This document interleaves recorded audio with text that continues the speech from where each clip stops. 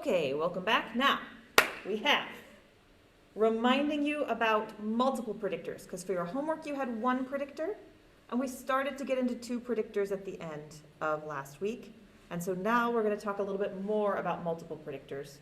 And I'm going to start with a data set of car sales. And if you remember this data set, we talked about it, I guess, 2 weeks ago. It's a data set of car makes and models. So every row is a specific car make or model, which means we're not talking about an individual car, we're talking about all accurate Integras. Is that how you say that? All accurate TLs, I can say that one. We're going to talk about all of those that were sold. So, from here, we're going to talk about this car sales data set. My predictor here is whether the car is a truck or a car, whether the vehicle is a truck or a car. We talked about this a little bit. We had an example with cars and trucks last time, vehicle type. And then we have as our outcome the resale value, how much we think that the car is going to sell for. Oh, and I forgot our other predictor, which is sales. So how many cars or trucks were sold of that particular make or model. So that's like, how many Acura Integras were sold? So my research question here is, for any two vehicles with the same type, meaning car or truck, do vehicles that sell more have a higher resale value? I could also phrase this as, for any two vehicles who have the same sales number, do cars sell more or do trucks sell more? No, I'm sorry. Do cars have a higher resale value or do trucks have a higher resale value? So here's my expected equation. It's just an empty equation because I don't have the actual coefficients yet, where I have the number of sales and the type of vehicle. So I want you to stop for just a second and think,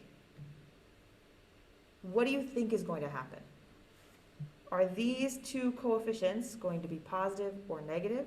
One positive, one negative? Will they be significant or non-significant?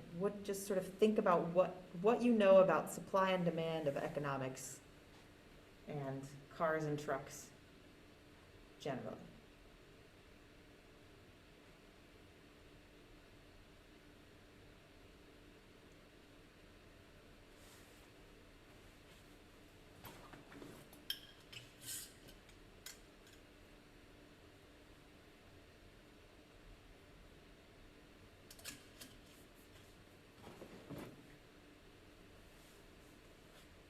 Okay, anyone have an idea that you're willing to share?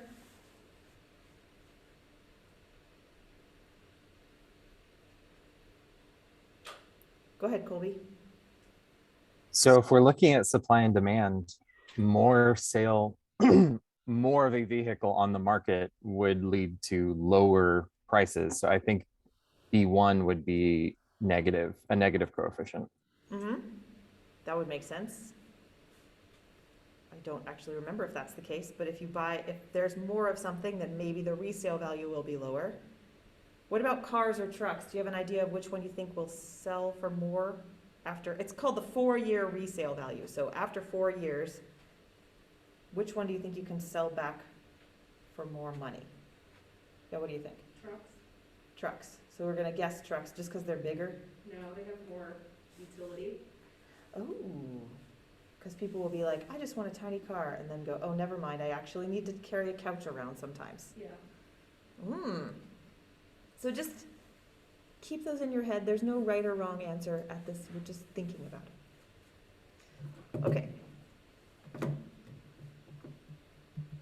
So now I've run a GLM, a univariate GLM, and I will start putting up the results for you. The first thing that we have here is I want you to see how this variable type has been coded.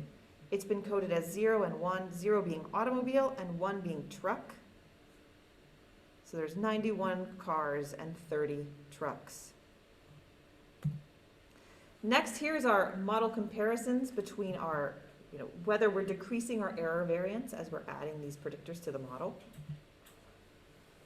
So you'll notice that just like with our single predictor, we still have a,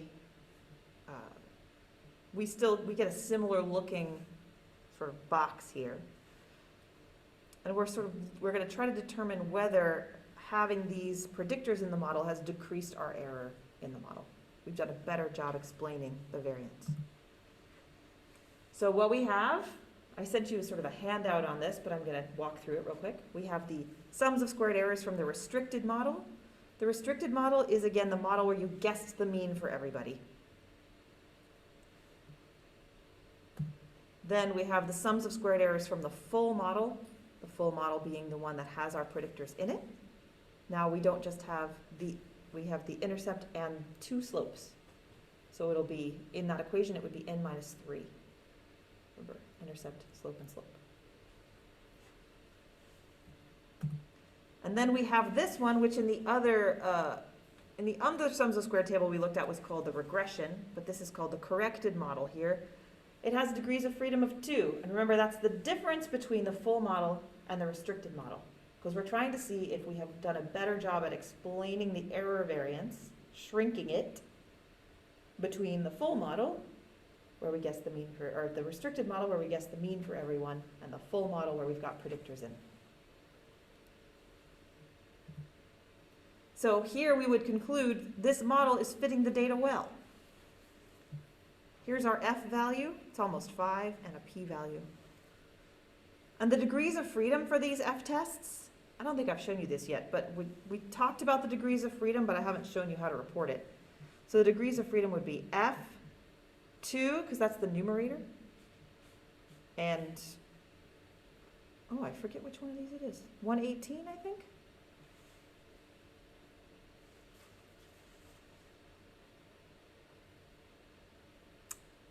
I don't remember. I'll have to look it up.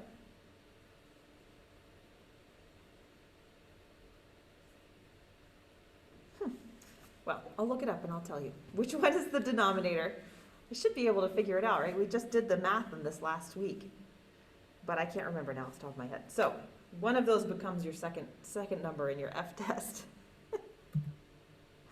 Okay, so now the other piece you get in this predictive box is you get information about how each one of these is contributing to reducing your error. So here we're finding that sales is significantly decreasing our error in our model. So is type of vehicle, whether it's a car or a truck. Well, I guess car or truck is actually not significantly reducing the error. Right, our p-value is 0.884, so we have a non-significant decrease in error here. So that's this first table that you all have a little bit of experience looking at. So now I'm going to move to the parameter estimates. Here's the parameter estimates. From here, I can derive my equation. I guess I'm not actually deriving anything. I can copy and paste numbers to make an equation. I have y equals 20 minus 0.43 plus 0.35. So some of your questions are answered now, right?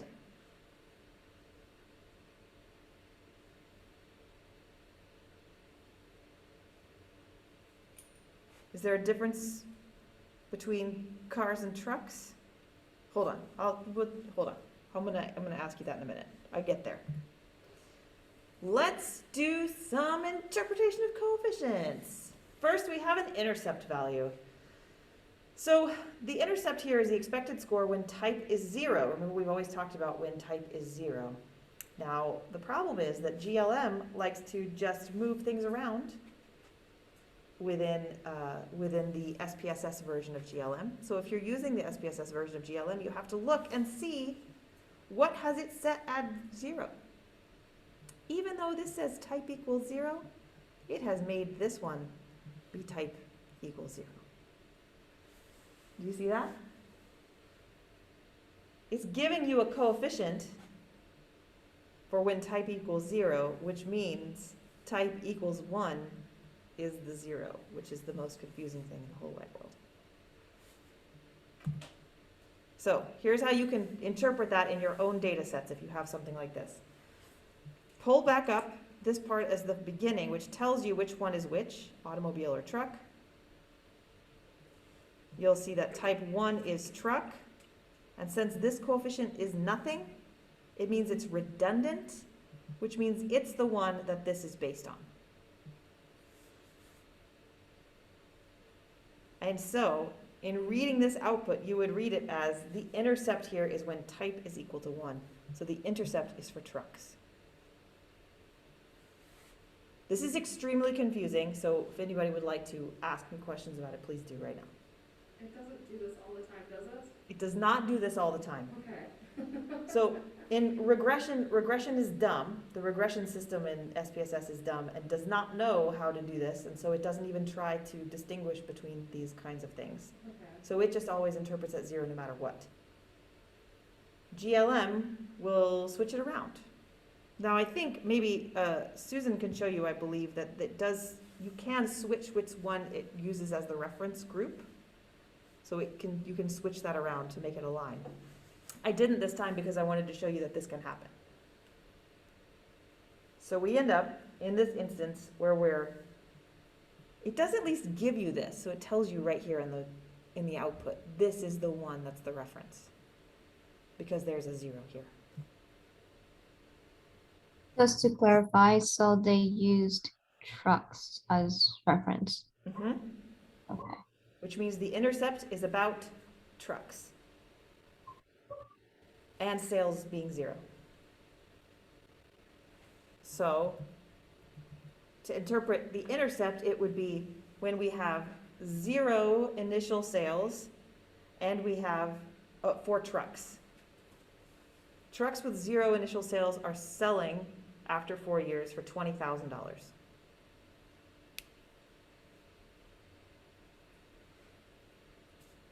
Okay. Now, when we're interpreting the coefficient for sales, we have to do it the same way. We have to remember, because every coefficient is interpreted when the others are 0. And so in this case, we have to say when for trucks, for any 2 trucks, because trucks equals 0 here because of this coefficient situation, 1,000 more sales decreases resale value by $0.043. What's that, $43? This is thousands of dollars, so $43.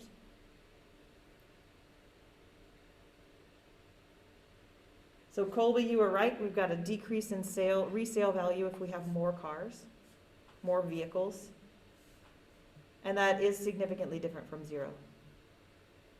But in terms of trucks being different from cars, when resale value is, when sales are 0, there's no difference between our resale values. Which is what I'm going to show here. I got ahead of myself. So this is holding sales constant. We've got cars having a slightly higher 4-year resale value than trucks, but it's not significantly different from 0. And that's how we read that.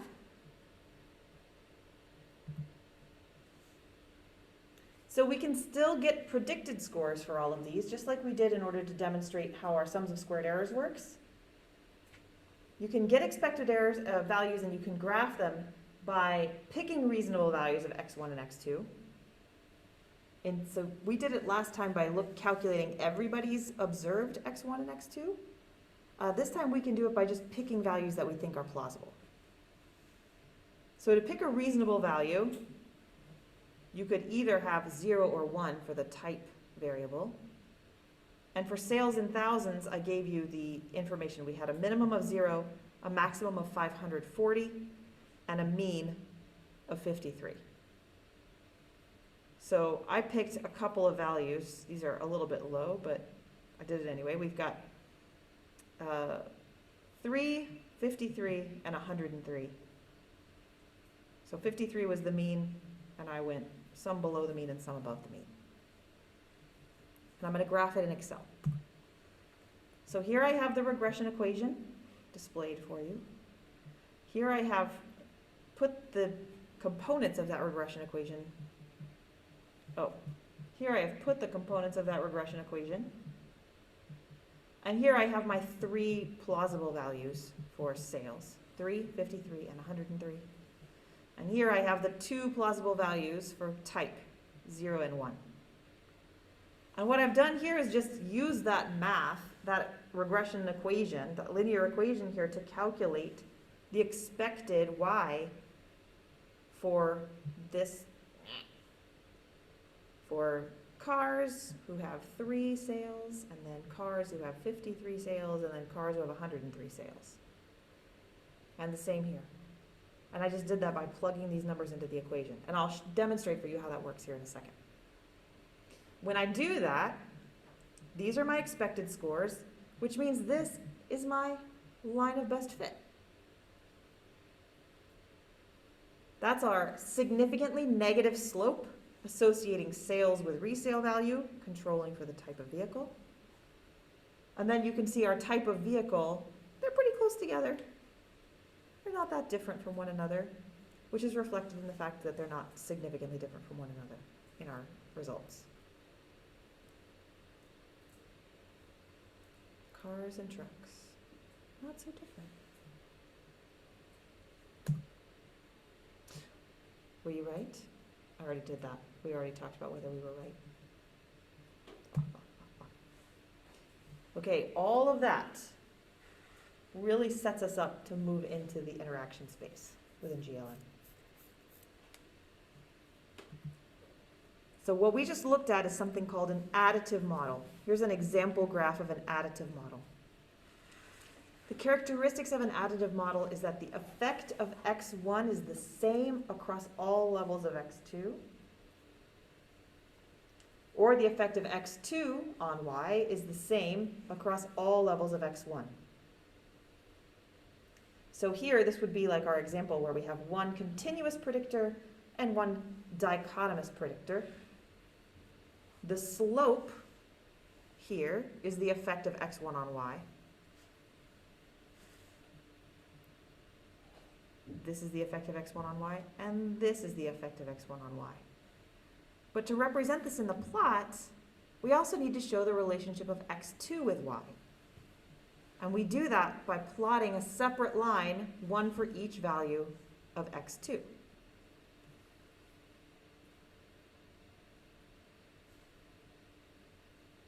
And all we're saying here is that the slope of x1 with y is the same when value of x2 is 1 or when the value of x2 is 0. Which is why here, this slope you'll see is the same. These lines are parallel. The slope for trucks and how trucks relate to resale value. How the slope for trucks, the slope relating sales to resale value for trucks is the same as the slope relating sales to resale value for cars. So they're parallel. Sometimes you'll hear these called main effects. These are main effects in your model. The main effect of x1 is that slope right here. And the main effect of x2 is the difference between those two lines. The distance between those two lines. Remember when I saw those two lines close together for cars and trucks, I said, look at how close they are. That shows us they're not that different.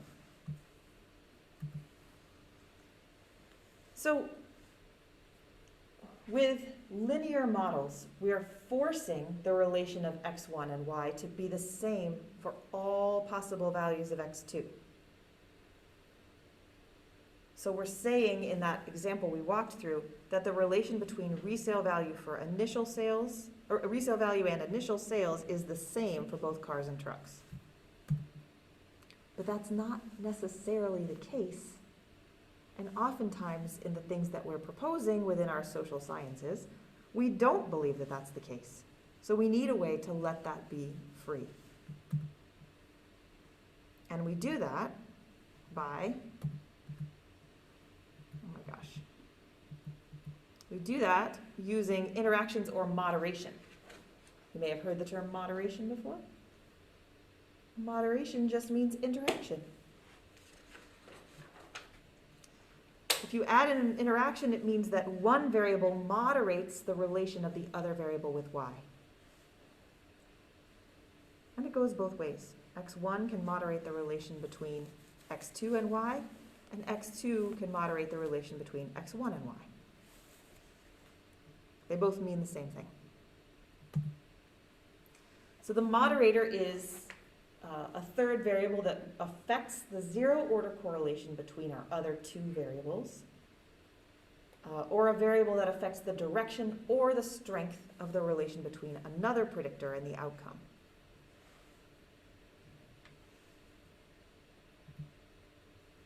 So how do we do that? How are we going to graph some non-parallel lines? How are we going to hypothesize that lines would not be parallel? You do it with math. If you didn't do it with math, why would you be here?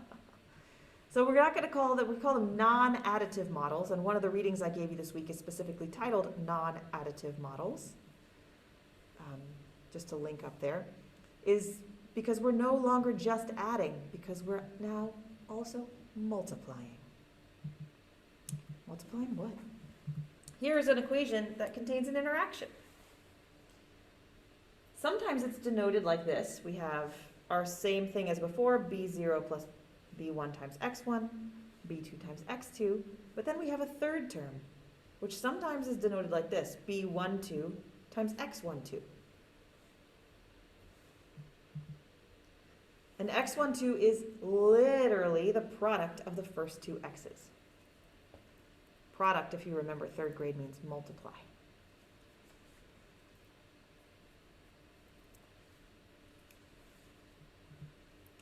You make x12 by multiplying the first two x's, x1 times x2. So if we think that the relations between one predictor and the outcome may vary depending on another predictor, we can test whether that's the case using this interactive model. The interaction frees up that relation to provide each one of the values of x2 with its own slope relating x1 with y. It's still a line. We're still only doing lines, but we won't always do lines only. But for now, we're still doing lines. And we're going to do it with multiplication. Before I show you the multiplication, I just want to show you once again what this question would change to. So instead of saying, for any two vehicles with the same type, car or truck, do vehicles sell more, have a higher resale value?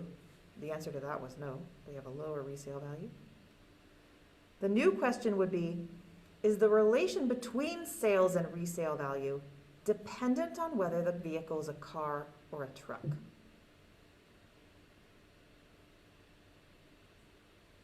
And here is what this looks like. You'll see I have y equals the expected resale value of y is equal to the intercept plus b1 times sales plus b2 by type, whether it's a truck or a car, plus b3 times sales times type.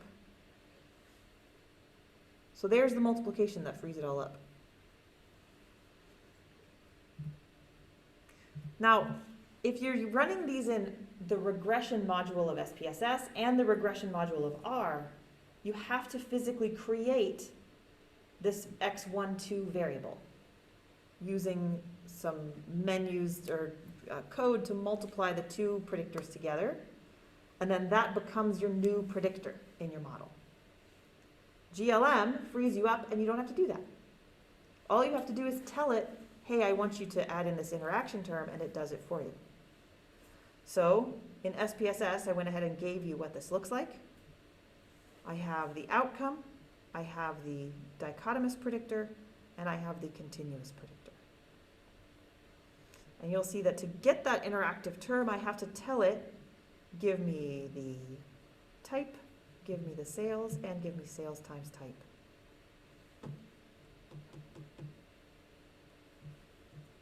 Okay? After I've done that, let's take a look at what it looks like. You'll see that this sort of F statistics omnibus tests of between subjects effects box, they stay about the same. We get a new variable here, which is type by sales. That's our new interaction term. And the fact that this is statistically significant suggests that by adding this interaction into the model, we have decreased the amount of error in our model. This has helped us do a better job of predicting the variance. How can it do that?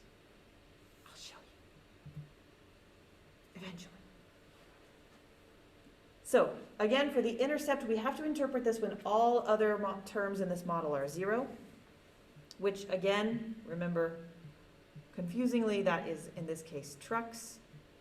So for all trucks who have 0 sales, we expect the resale value will be $17,000 after 4 years. Moving on, when we're thinking about this one, this is telling us when sales are 0, cars have a resale value that's higher than trucks. But it's not significantly different from 0 when sales are 0. 0.060. And then here for sales, we're saying that for trucks, the higher initial sales are not associated with resale value. This coefficient is not significantly different from 0. Negative 0.009, nothing. And now we have the relation between initial status and resale value is different for cars and trucks. That's what our interaction term really represents here. The relation between resale value and initial sales is different for cars than it is for trucks.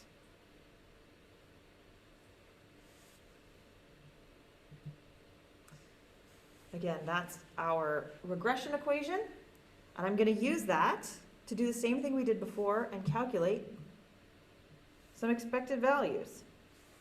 So let's get some expected values. I'm going to do this, but I'm going to ask you to come up with the reasonable values. This is what I picked in the first time, 3, 53, and 103. We can go as far as you'd like. And 0 and 1 are going to be the ones for trucks. So, screen sharing has stopped. Let's make a graph after I share my screen again.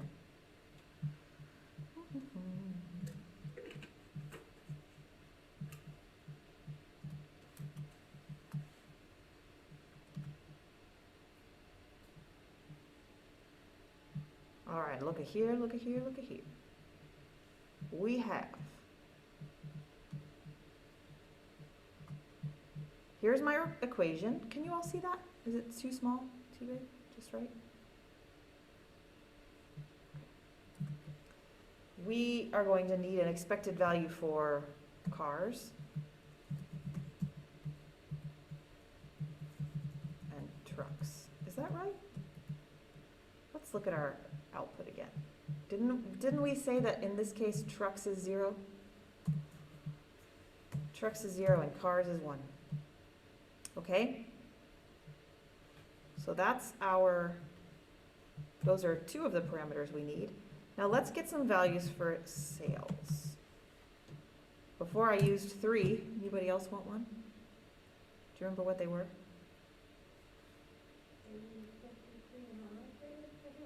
Yeah, I think we had 53, 103. Let's just do one more, 153.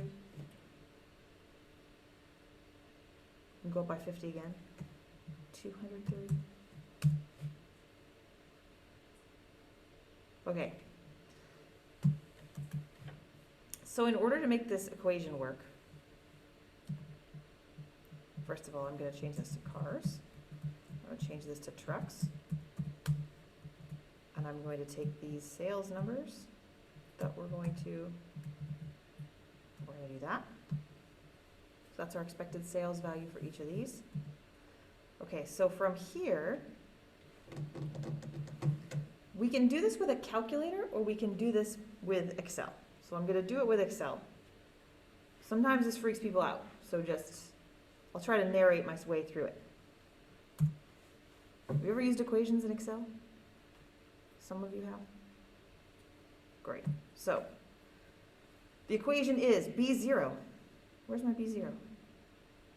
What? Where'd my parameters go? Oh, I didn't put them in here. That's not helpful. Okay, so I have a B0. Stop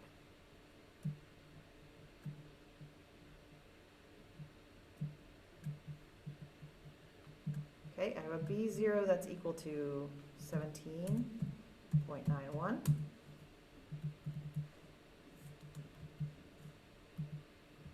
Then I have B1, which is type, is 5.691. You see where I got that? B2 is sales, and that is negative 0.009. And then I have B12, which is the interaction, and that is negative 0.081. Okay, so now following the regression equation equals B0.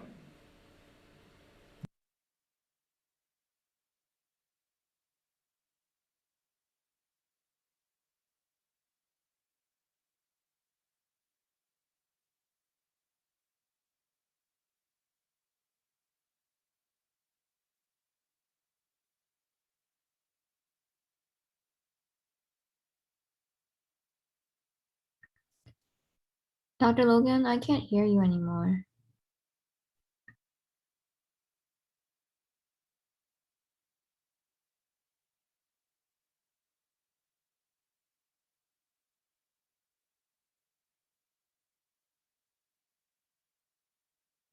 Because if you can't hear me, that's not good. I can hear you now. Okay, good. Thank you.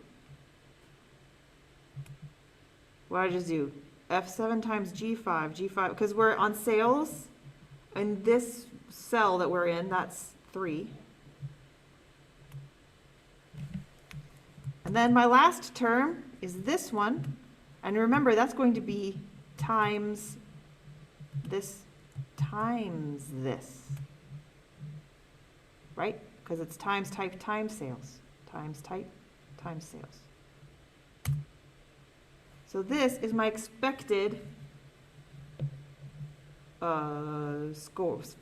resale value.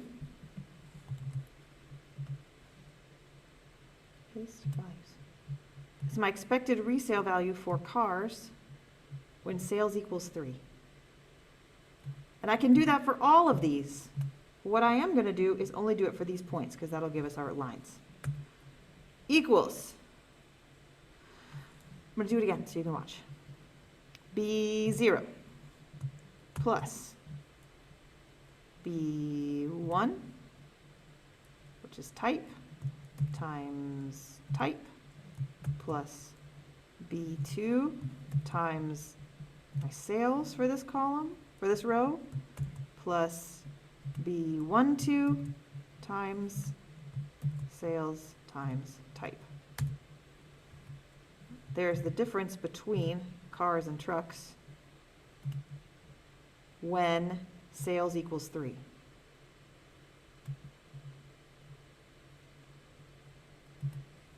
And now because I'm lazy and I don't have the ability to copy and paste here because it doesn't give me everything, we're going to do it like this. So I'm going to do the same thing again that I did here. I think if I paste the formula, it won't work. So we're going to do it again so you can watch it one more time.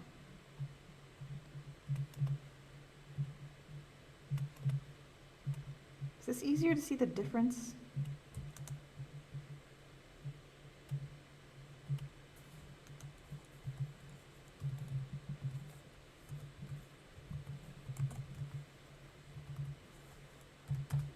Okay. Now, let's do it for 203. Equals, what's first?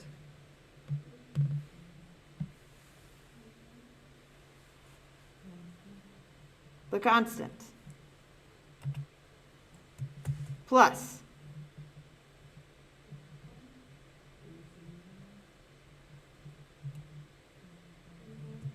what am I multiplying that by? 1, because I'm in this same, that's the row that, or the column that I'm in, plus my sales times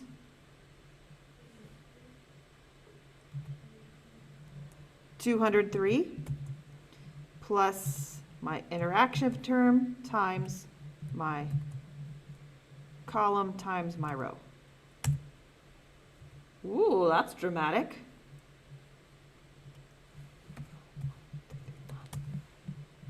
And for trucks,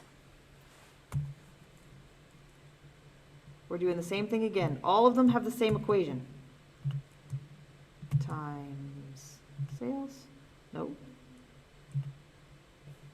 Type. Plus this one times sales plus this one times type times sales. Look at that. 083. Okay, let's take a look at our result. No, what did I do?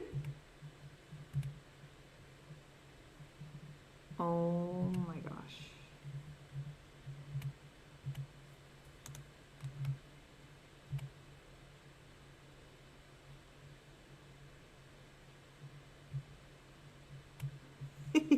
I know what I did. The rows and columns are swapped. I think. 3, 23 and 17, 5 and 16. Which means one of these should go from 17 to 16. But it's certainly not doing that right now.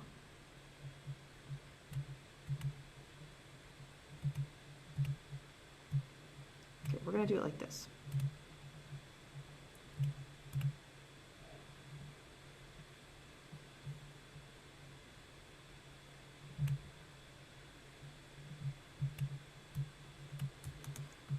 This is the same thing, I'm just opening in Excel so I can have the whole dealio. So let's take a look at this line graph. That's better. Now we have cars and we have trucks. I don't know why that wasn't registering, but here's the actual graph. So, do you remember one of them went from 17 to 16?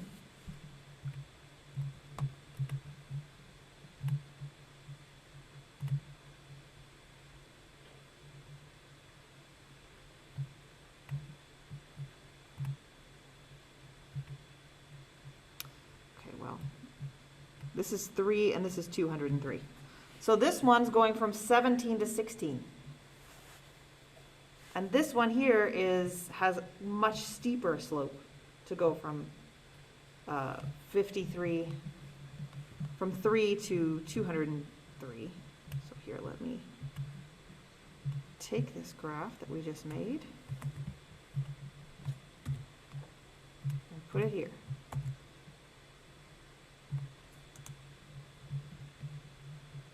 Now, come here. We're going to look at this. We're going to look at these side by side.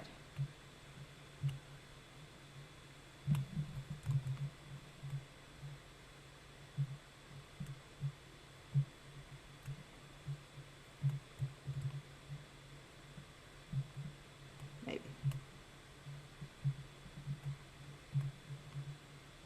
This is why I make these graphs before I come to class. I do feel like making the graphs in front of you is an excellent learning experience, but it takes a really long time to format it so you can see it. Okay, here we go, cars and trucks.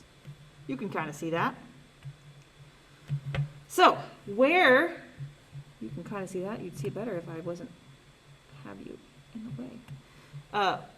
remember where we're centered. Where is this sales coefficient here? This negative 0.009. Do you remember who it's talking about? It's talking about cars or talking about trucks?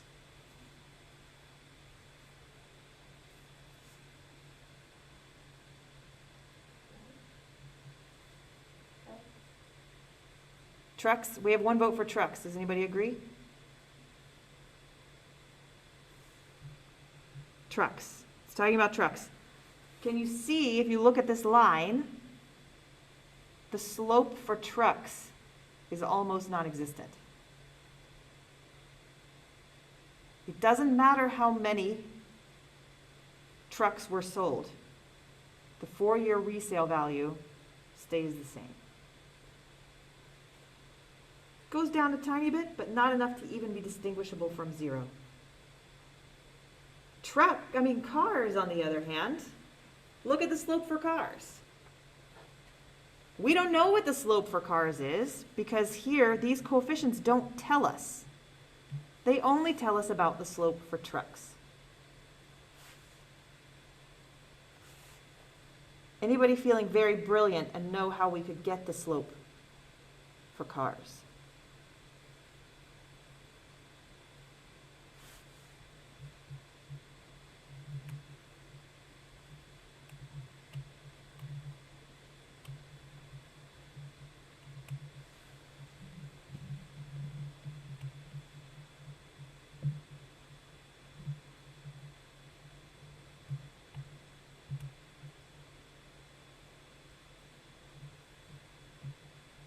Nobody's feeling very brilliant, which means I'm not going to tell you. I'm going to make you talk about it with your neighbors and see if you can figure out. How could you figure out what the slope was for cars and whether it was significantly different from zero? So we're going to put all of you guys together and we're going to put all of you guys together. And I won't listen.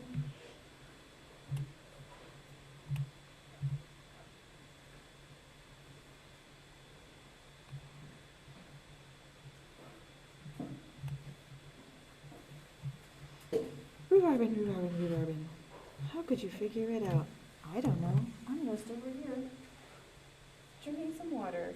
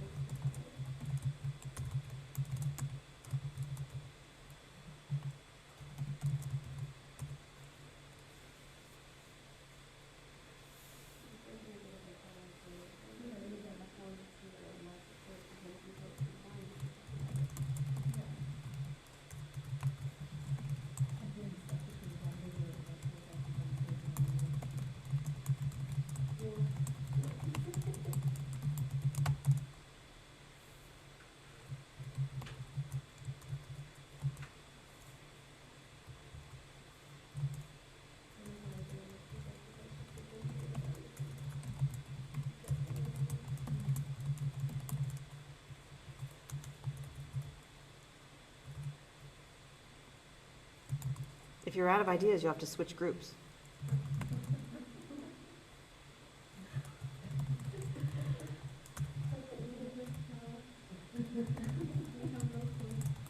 Okay, so then here's your next question, if you really have no clue. The resale value, the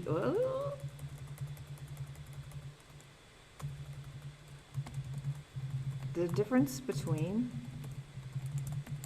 the coefficients tell us that the difference between cars and trucks is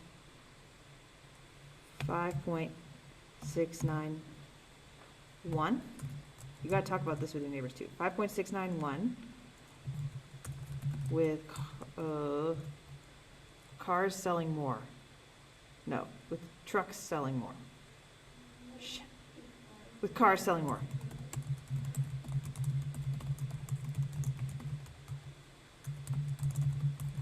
Look at our graph, which you can't see right now. Sorry. Look at our graph. Oh, look at our graph. That's all I can say.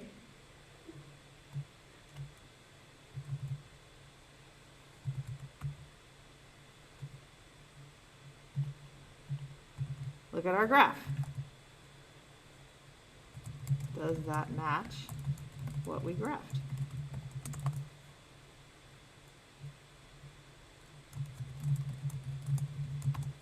Why or why not? There's our graph.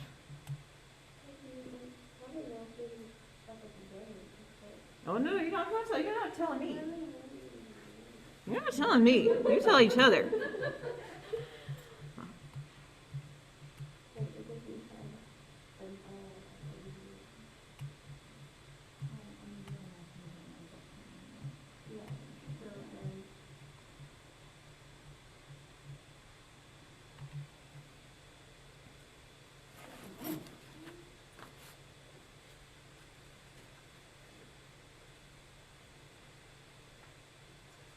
It's hard to get lost in a room when there's only 6 5 of you.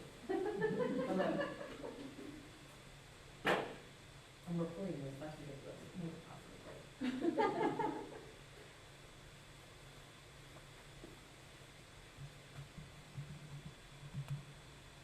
Right now we have trucks are 0.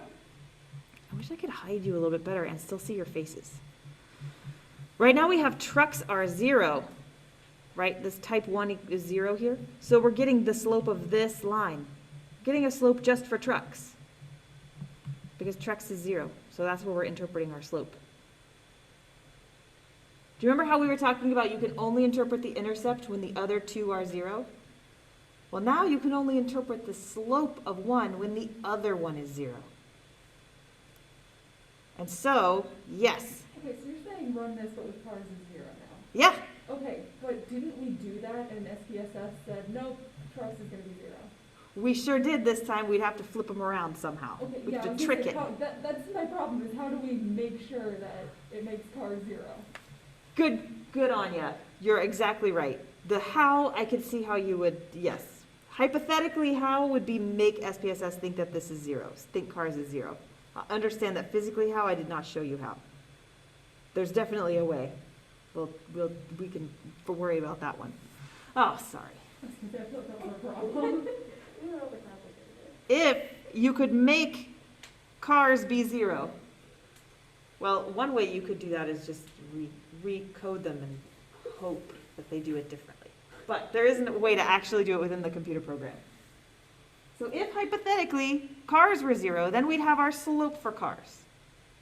Our slope that related sales with 4-year resale value. Now, question 2 was, here's our slope, 5.691 for type. That's telling us that cars have a higher resale value than trucks. But is that always the case?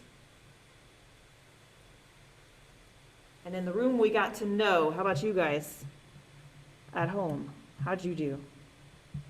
Apparently I'm only looking at you. Man. Talk a little bit and explain about the slope of the trucks. Yes. So here, remember, look at our slope here. It's very shallow. Remember that right here, you'll see that type equals 1 is giving us our 0 coefficient, which means trucks are 0.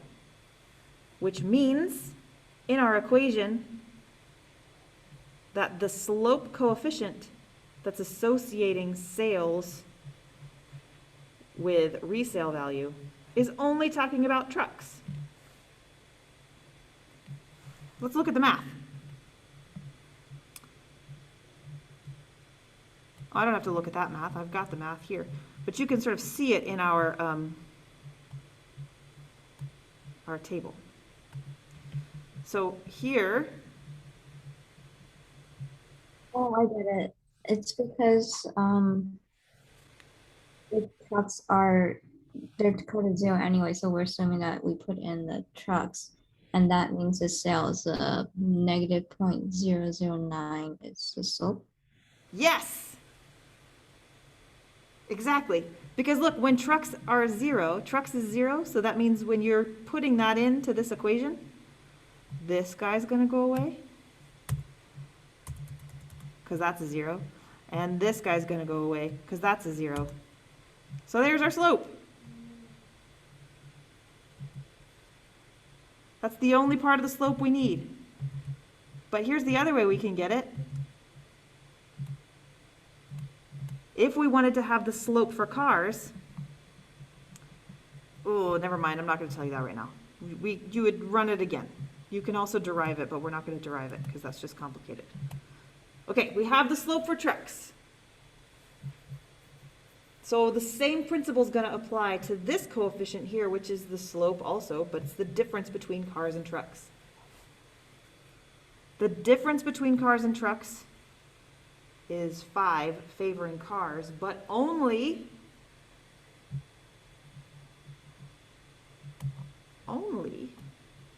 down here when sales are very close to 0. When sales are 0. As sales increases, that changes. Which is why I'm always saying, you have to tell me where you're working. Where are you interpreting things? Where is your 0? This is why we started with that regression line way far outside of our actual observed range of data.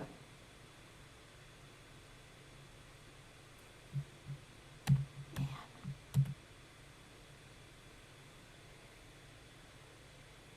Yes.